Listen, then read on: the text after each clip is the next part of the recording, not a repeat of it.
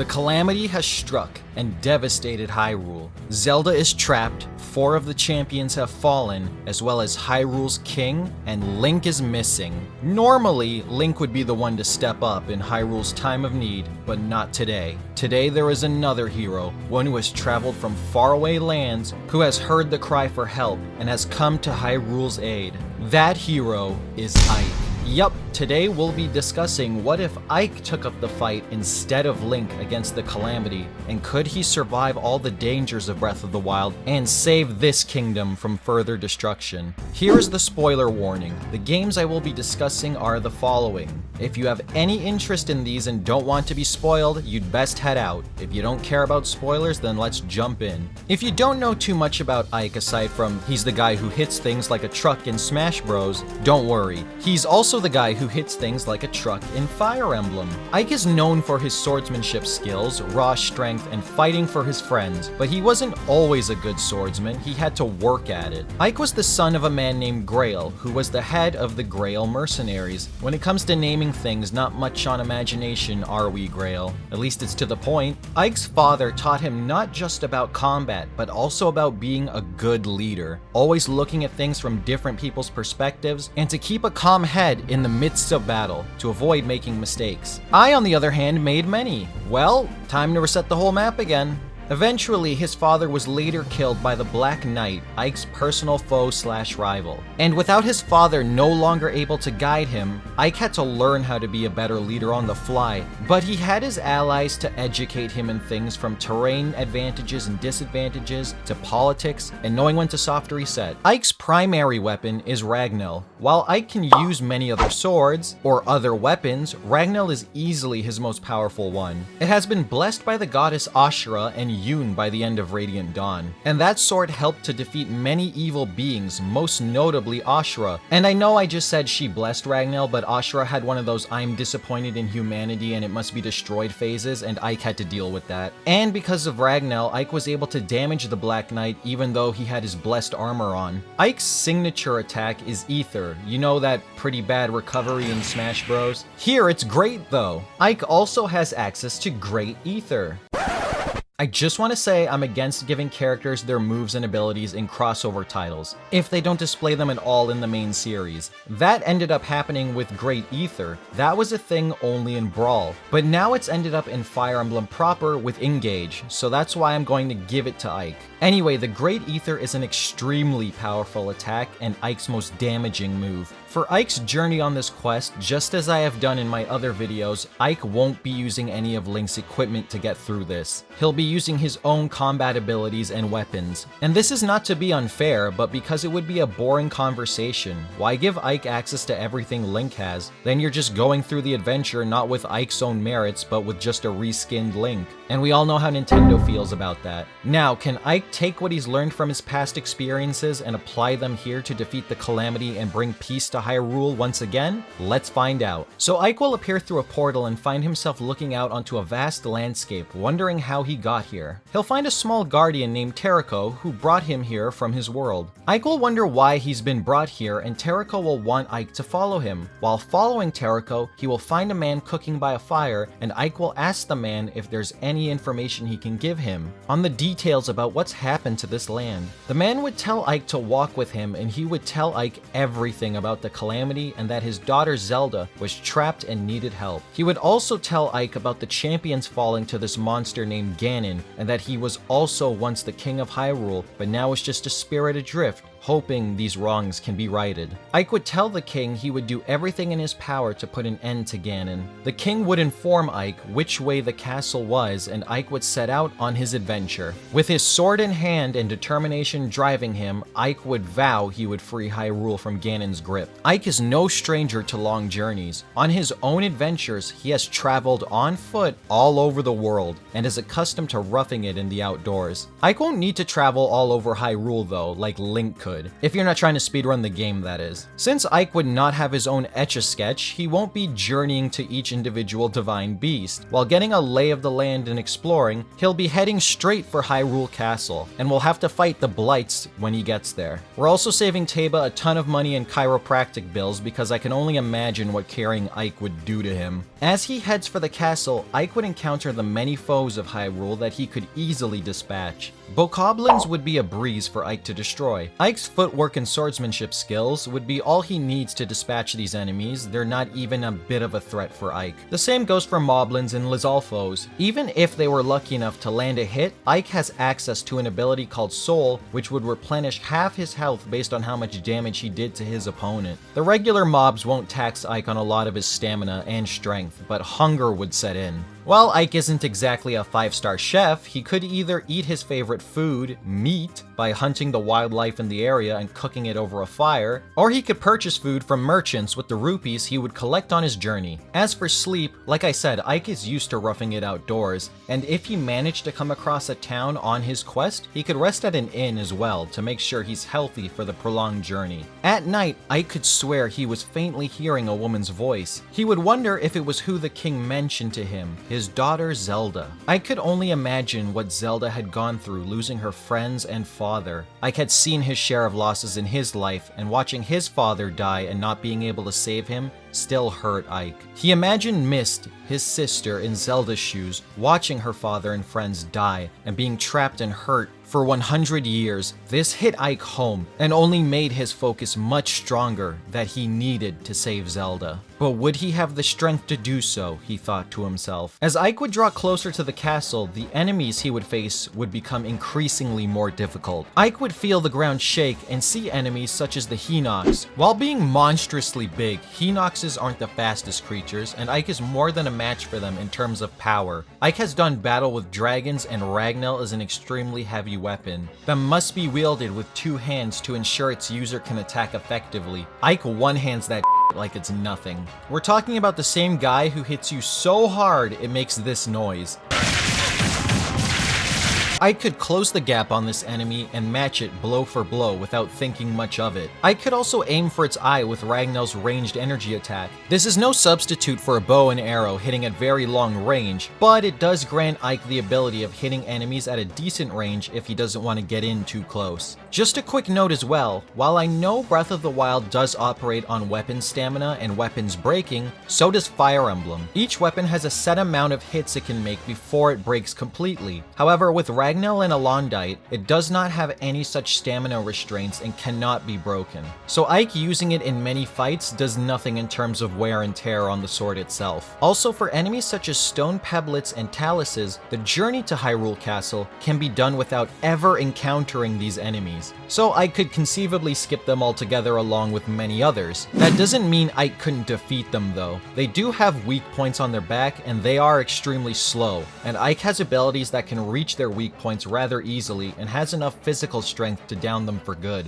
Ike could see the castle getting closer in the distance, and as he got closer, he noticed a figure in the distance rushing at him. It was a Lionel. This enemy would be formidable as Ike would need to time his dodges and constantly be bombarding the Lionel with energy attacks. Ike could also clash with the enemy Lionel and trade blows, which would be beneficial with another ability, Luna, which would have the Lionel's resistance to physical and magical attacks, making it take more damage with Ike's hits, and combining that with Soul so Ike can replenish health. He would finally be able to kill the Lionel. With the beast slain, Ike would rest easy. Ike would have lost track of the time though and noticed it was nearly midnight. As Ike was prepping to move on, he noticed that the atmosphere had changed and the color red was gleaming everywhere as he looked up, and Ike saw a full red moon. He heard a voice warning him about its power. Was it Zelda again, he thought? While Ike was studying his surroundings and what this blood moon was doing, he saw the Lionel reform and prepared for another bout with it. While the blood moon caught Ike off guard, he had already learned the Lionel's fighting patterns, and being the capable swordsman Ike is, he used that information to kill the Lionel much easier this time around. After all of that, Ike had finally made it. He saw the castle ahead and gripped his sword tight, knowing what he had to do.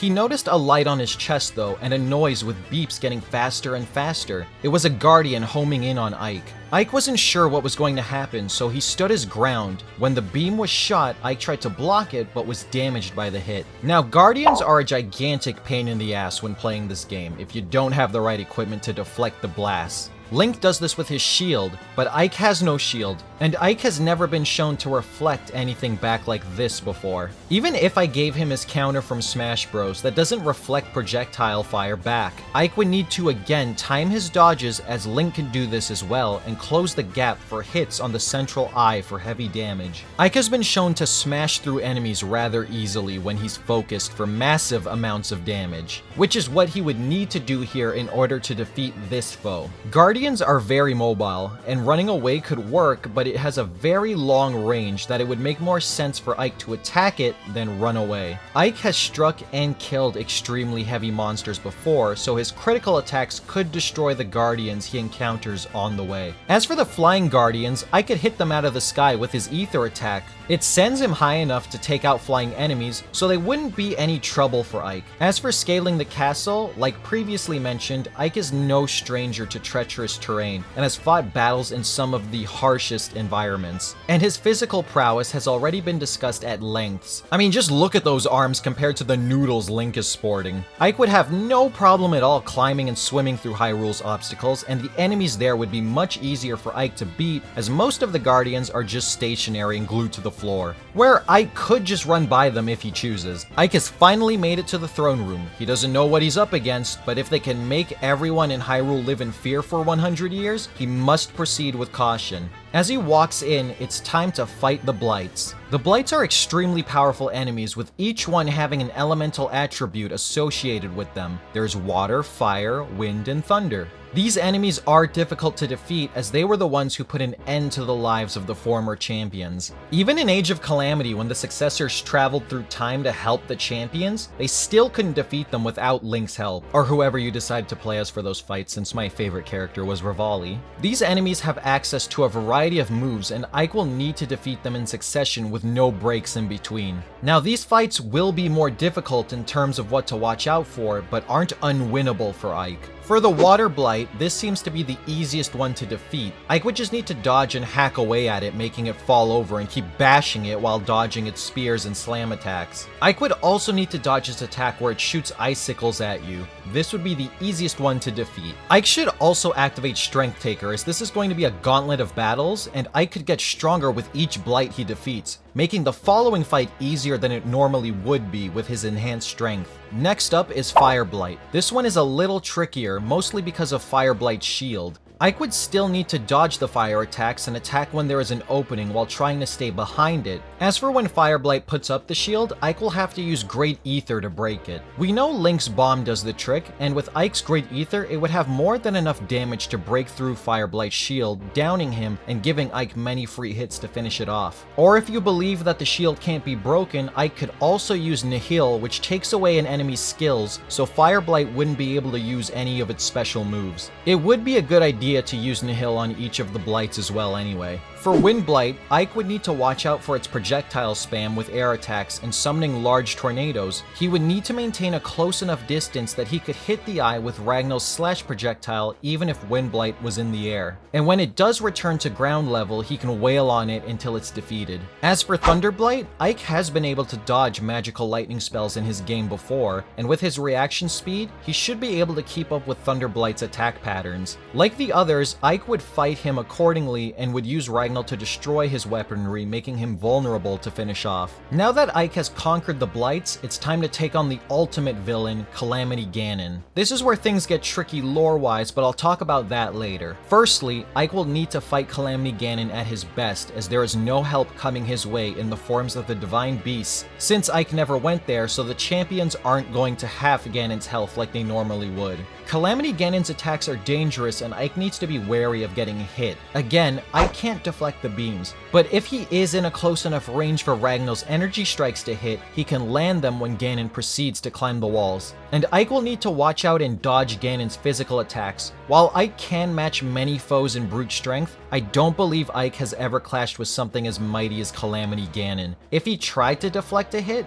it would probably end up with him spiraling backwards into a wall. Ike would definitely be using Soul and Luna in combination with Aether along with Great Aether in this fight. With Great Aether, this attack would need to be used to do massive amounts of damage to Ganon. Ike can replenish his health with Aether, but it would be a long fight. Ganon can also use attacks that the 4 Blights had, so Ike needs to remain vigilant and dodge and block when necessary. If Ike decided to block Ganon's attacks, he could use another sword in his possession, a Laite, once wielded by the Black Knight, and is also a blessed weapon with the purpose of combating the Chaos Goddess, and it enhances Ike's defense. After a hard-fought battle, Calamity Ganon would then transform into Dark Beast Ganon, and the final fight would begin. In Ike's games, and pretty much any Fire Emblem, there are specific units who are inherently good or you need to train to be good with a weapon, and Ike is not good with a bow and arrow, and relies on other people in his party to fulfill that role. So Ike will have to keep using Ragnall's waves to hit the targets on Ganon. And honestly, Dark Beast Ganon stands still for long periods of time, hitting these wouldn't be that hard to do. Now remember a little while ago I said we'll talk about some lore stuff? Well, here it is. Now you might have thought like I did that Dark Beast Ganon can only be hurt with the light arrows. However, Dark Beast Ganon can be hit and defeated with other weapons as well, like ancient arrows, the Twilight Bow, and sword beams from the Master Sword. Now you also might say, but Ragnall shouldn't be able to permanently kill Ganon, even if it was blessed by the gods. And again, I think you're right. Even though Ragnall and Laite have been blessed by the gods and have defeated gods, when researching the lore of Zelda, and my god there's a lot of it, while Ganon has been defeated with weapons other than the Master Sword, I think the weapons that have killed him are so intrinsically tied to the Zelda lore of the Triforce, and that history behind them, that it's hard to think that any of Ike's swords could permanently kill Ganon.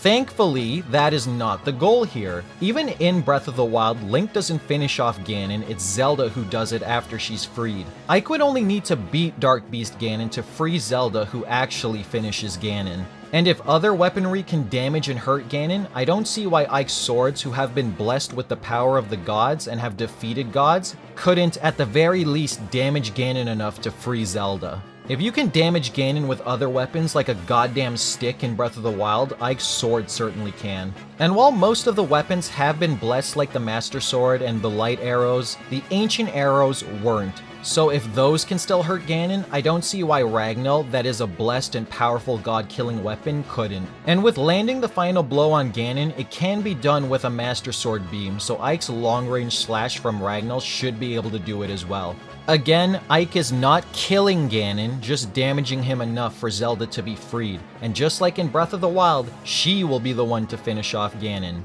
And after Ike has freed Zelda and Zelda puts Ganon in his place, Zelda would say she was expecting Link to come to her aid. And Ike wouldn't say much, but he would just be happy he could help and put an end to this evil. And Terrico would return Ike home and he would tell the story of what happened back in Hyrule Kingdom to his friends and family. Ike had done it. He had helped free Hyrule from Ganon's grasp, at least for now. With Ike's level of swordsmanship and the experience he has garnered from facing many mighty foes, he would be able to face the threats in Breath of the Wild and come out on top. This is a man who's trained his whole life with a sword and become a master tactician on the battlefield. Contrary to popular belief, Ike isn't just a musclehead with a big heavy sword. He's an extremely tactical person in a fight, which he learned well from his father and friends. The abilities Ike also possesses with the help of his weapons also make him a strong swordsman. And with Ike's sense of justice and passion, he would never turn down a stranger in need. He's been like this since Path of Radiance, and while some people may find that as a flaw they can exploit, others would say that's what makes him a true and honorable hero.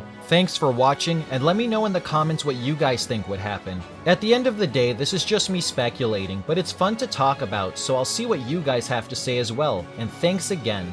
And if you enjoyed the video, side smash the subscribe button for more videos from me. I'll see you guys soon. Nath out. I hope you guys enjoyed the video, and if you want to see more videos like this, check out these videos right here. Thanks again, and have a great day everyone. I'll see you later.